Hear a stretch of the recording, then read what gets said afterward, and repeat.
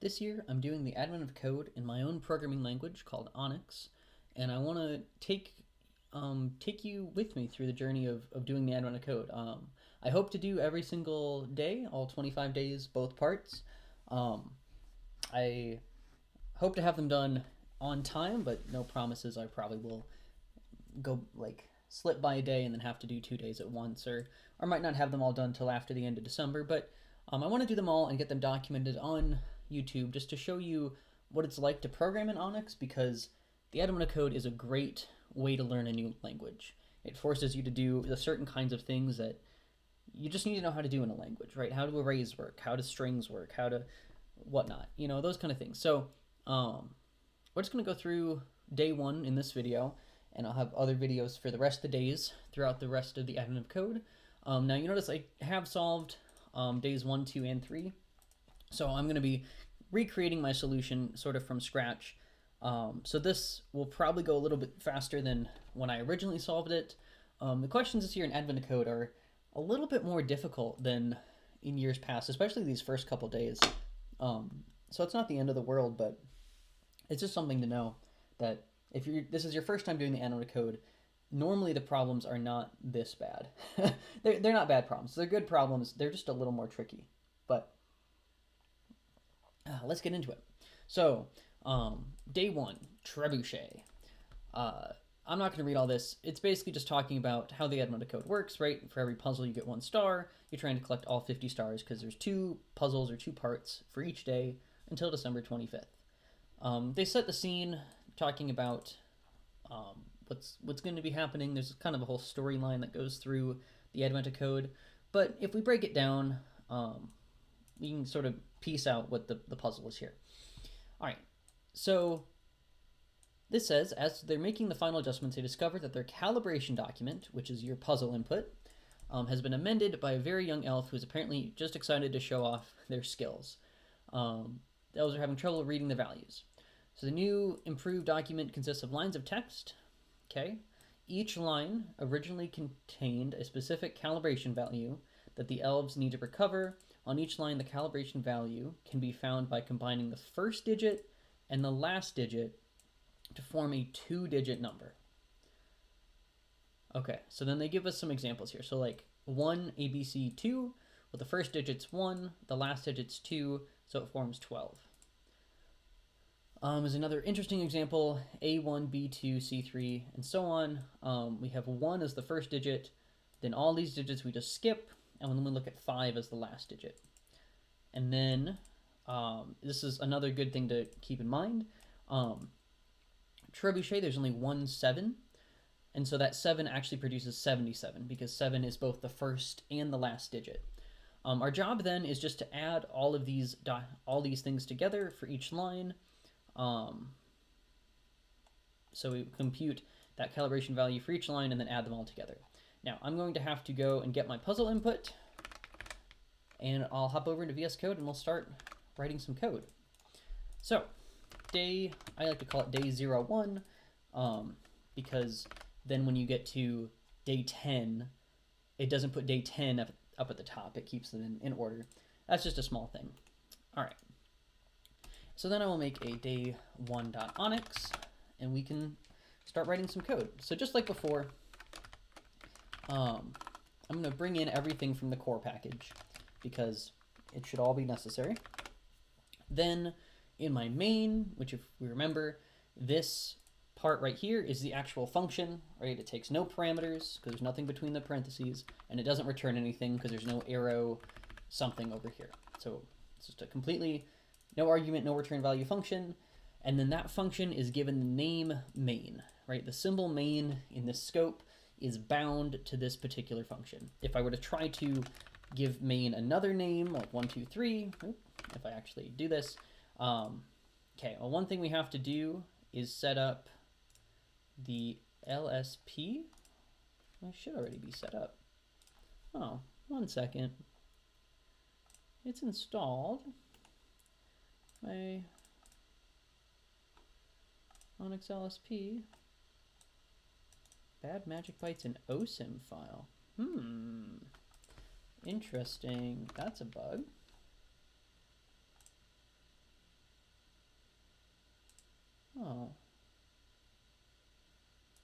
Well, that's unfortunate. What did I break? I guess we'll have to do this without the LSP. Unless, oh, let me take a quick detour. You'll get to see some behind the scenes things.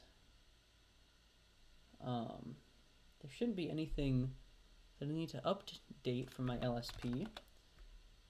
And I recompile it and reinstall it, and then I reload the window.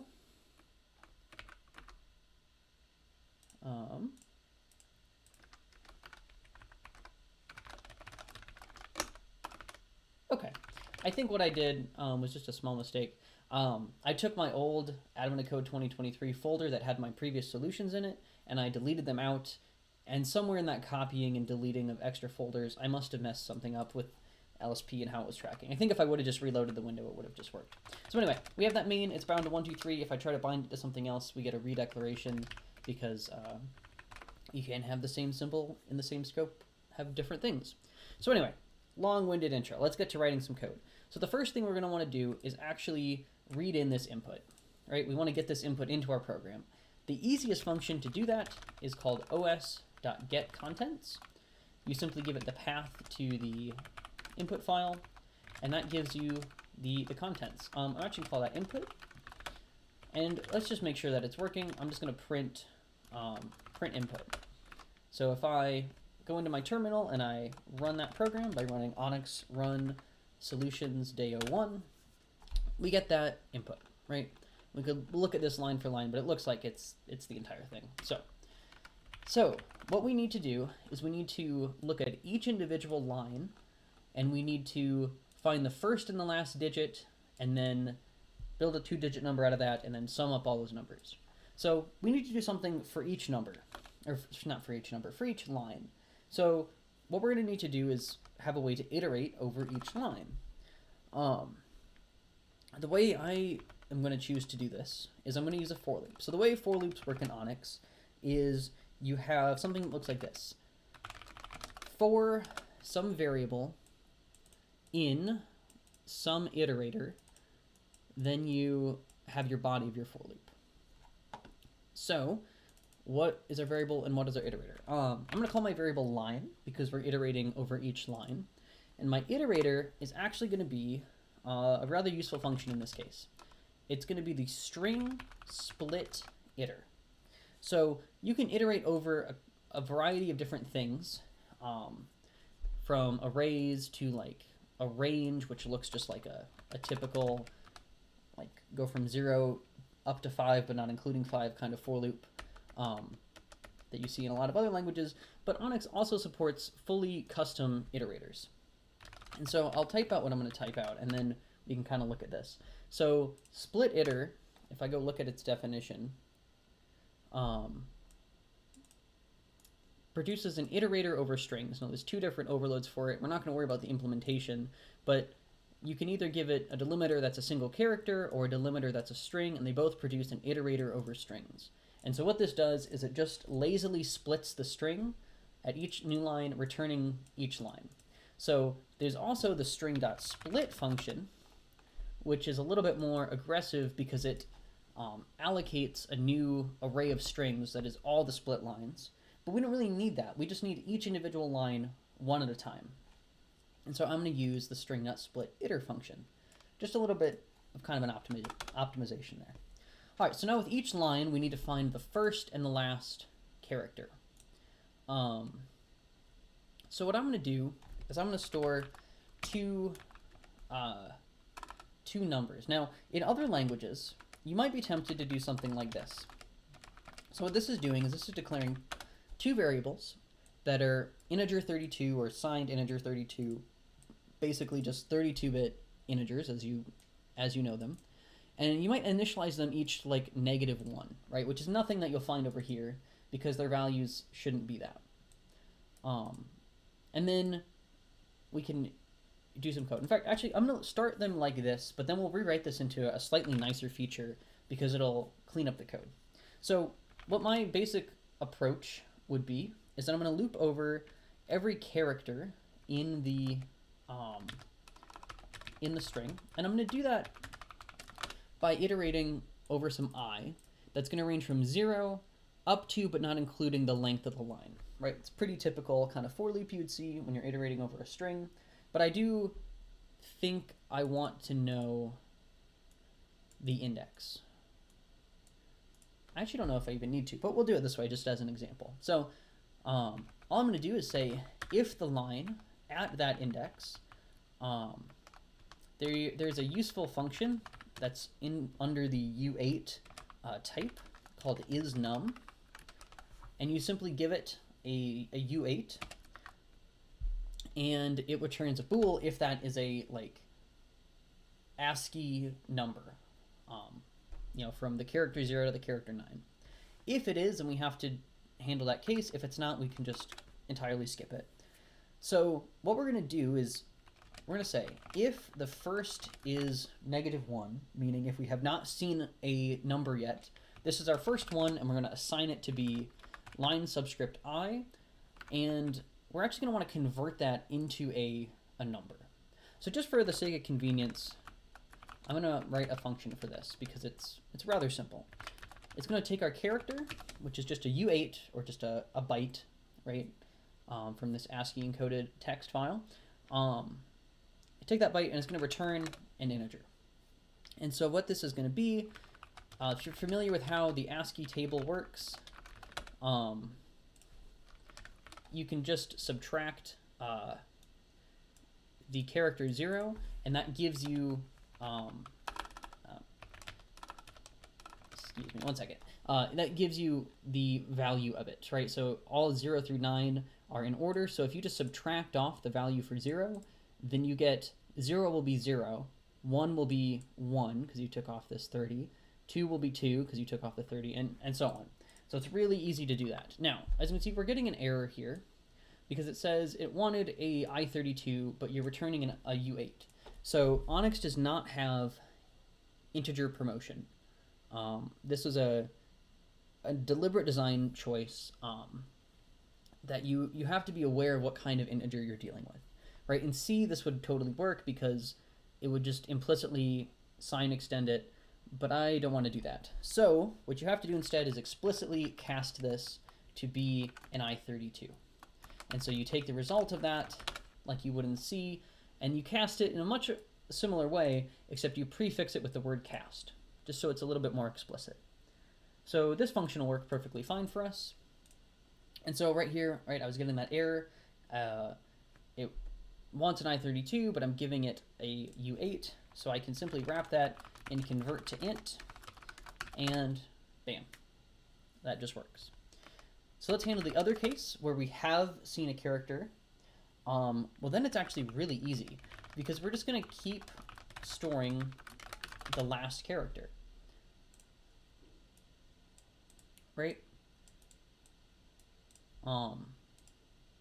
And we could actually write this in a slightly different way. We could always store the last character and then only store the first one on our first time. That would be another way that we could do this. And actually this is a pretty clean way to do it. So we now know our first and our last. Let's put together the numbers. So let's just call it, what did the problem call it? One second.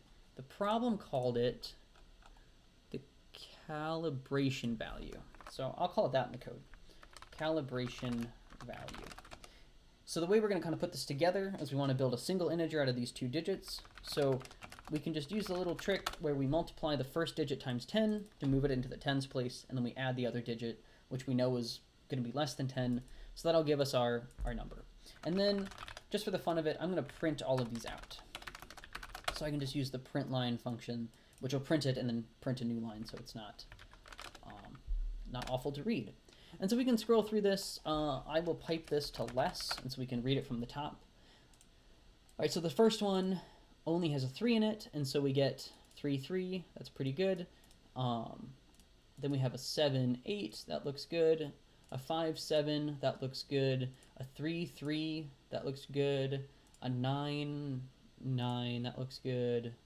9, 9. That looks good. 5, 3. Awesome. It looks like it's working perfectly fine. So now all we have to do is do that sum. So I'm just going to create a variable called sum. I'll initialize it to 0. And then I will just add that add that calibration value to my sum. And then at the end, I will print out my part 1 solution. So my part 1 is just that sum. So the way printf works, just to explain this a little bit briefly, you always put things in curly braces. This is sort of your format string, how you're going to do this. And the type is automatically kind of figured out for you. You don't need to specify that, oh, this is an integer or a string or whatever. You just pass it, and then the core library figures out how to do it. It's not a macro. It's actually using some runtime type information, dynamic, any kind of thing. It's pretty cool, and it's really not that much overhead, but it is kind of nice. So we'll see more use cases of print, because there are some things you can put between these parentheses or these curly braces to do some different stuff. But for our purposes, we don't really need that right now. So I'm just going to run this, and you'll see I get an answer. And if I go and look, we do get the correct answer, right? I've already submitted it to test it, but that is the correct answer, 55002.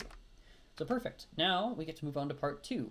And this is where day 1 got relatively hard for an advent of code problem, or at least the first day of an advent of code problem. So it says, it looks like your calculation isn't quite right. It looks like some of the digits are actually spelled out with letters, as in 1, 2, 3, and so on, spelled out. And they also count as valid digits.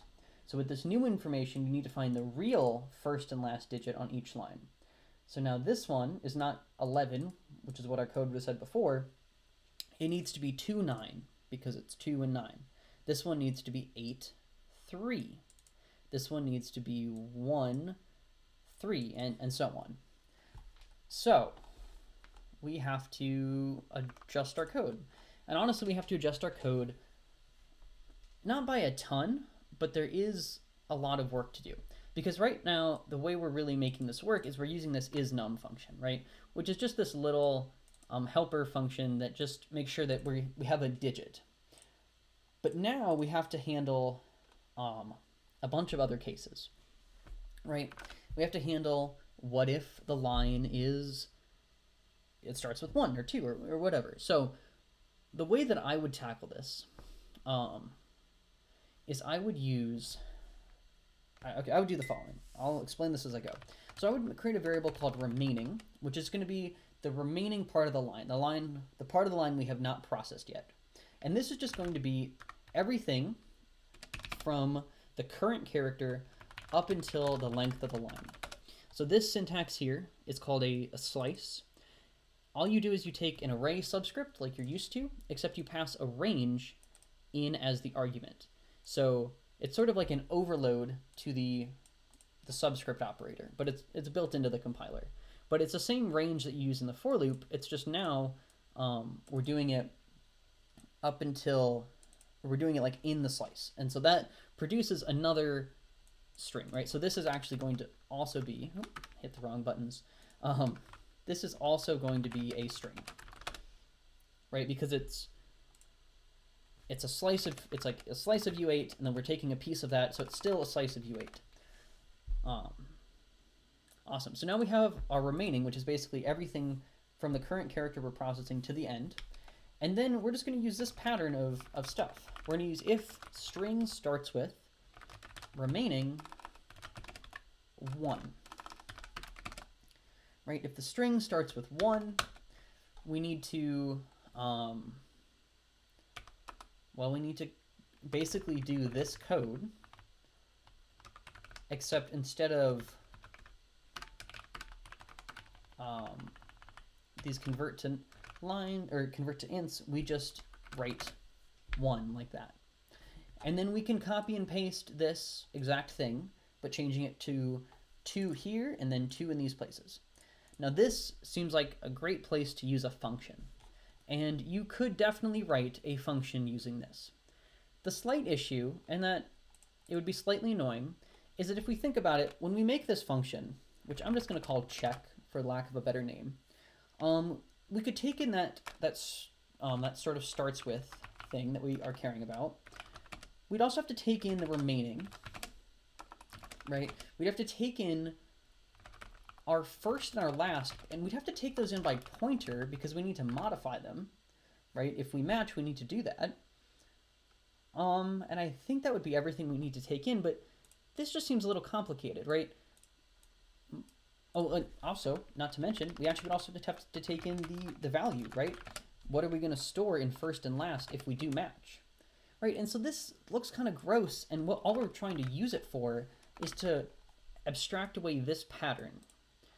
And so there's actually a better tool in the Onyx system called a macro for this. So all I'm going to do is take my code that I have written. I'm going to make a macro called check.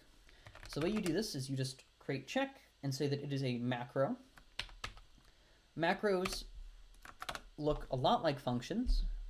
In fact, they're very, very similar to functions, except the key thing is that they are expanded when they are called.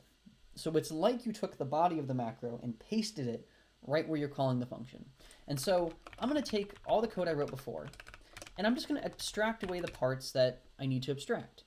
So one part we need to abstract is this, this starts with string here. So I'm going to call that prefix. Seems like a decent name. And then I'm going to call this value here value. And so now if I go into my code and I change that 1 to a prefix and the number 1 to value in both places that I used it, you'll see I can save this and I get no errors.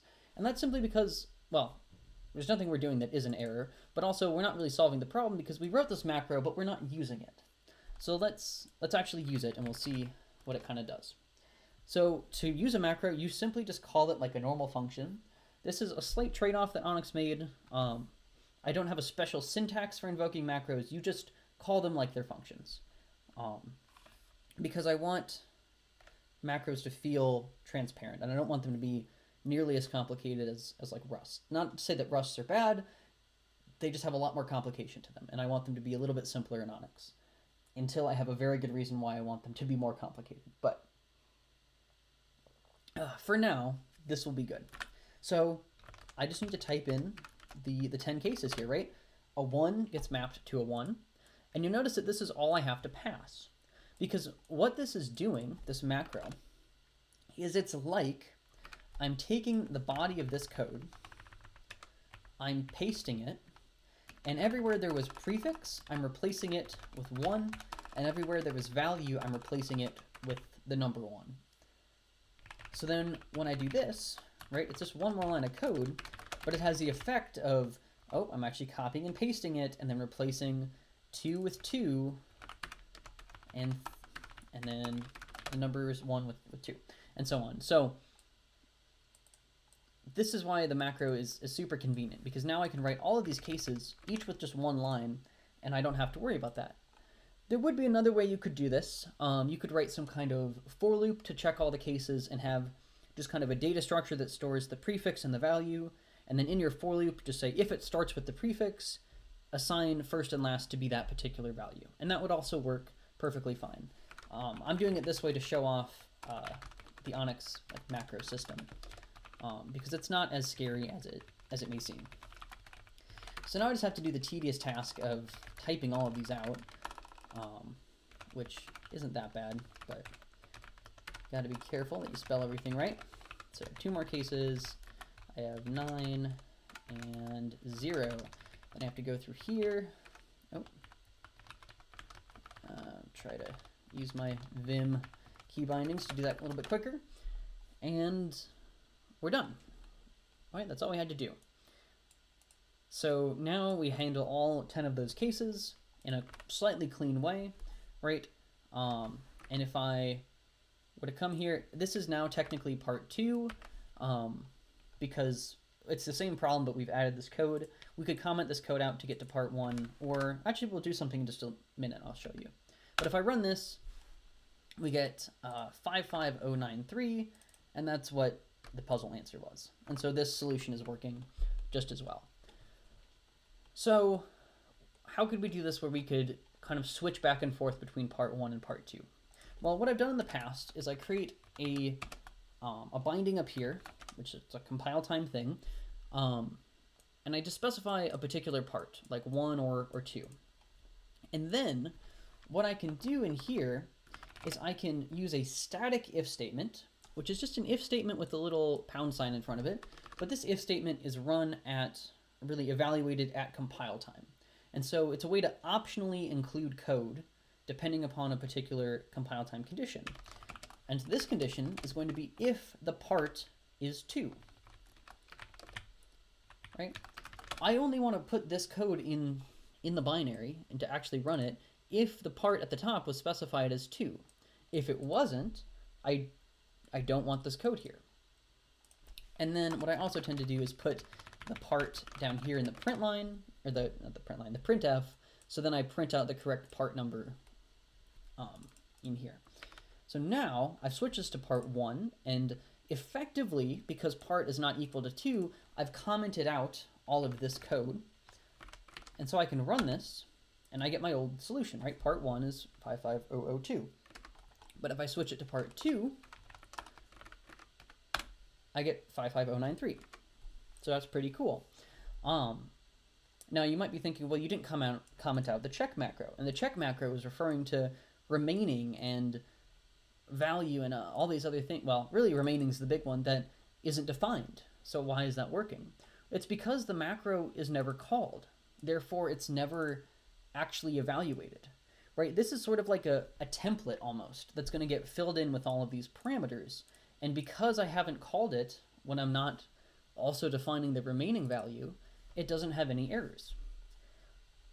Now, I also wrote this macro inside of this block just for a little bit of convenience, right? I put the macro very close to where it's being used and the only place it's really allowed to be used. But I could just as well move the macro outside of the function. I could move the macro 5 files away and a lot of package inclusions away. And that would also work because the macro is just pasting its code wherever you call it. Just so long as you have remaining and it's a string, it should work. So yeah, for the sake of cleanliness, I'm keeping the macro right inside of here, but